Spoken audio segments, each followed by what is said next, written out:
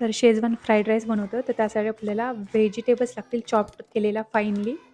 So सगळ्यात पहिल्यांदा कांदा, गाजर, फरसबी, शिमला मिरची आणि थोडे कांद्याची पात लागेल. तर सगळ्यात पहिल्यांदा तेलात जिंजर गार्लिक पेस्ट, आलं लसणाची पेस्ट परतली. मग त्याच्यात कांदा टाकला, फरसबी टाकलं आणि हे एकसारखं परतून घ्यायचं आहे. हाय फ्लेमवर परतायचं आहे. कमी गॅस नाही करायचा आणि झाकण तर बिलकुल ठेवायचं नाही. अगदी 2 ते 3 मिनिटं भाज्या परतायच्यात आपल्याला. तर अगदी पटपट परतून घेतलं. आता वेळ आहे मीठ टाकण्याची. तर मीठ टाकलं. थोडीशी काळी मिरी पावडर टाकली आणि अगेन परतून घेतला.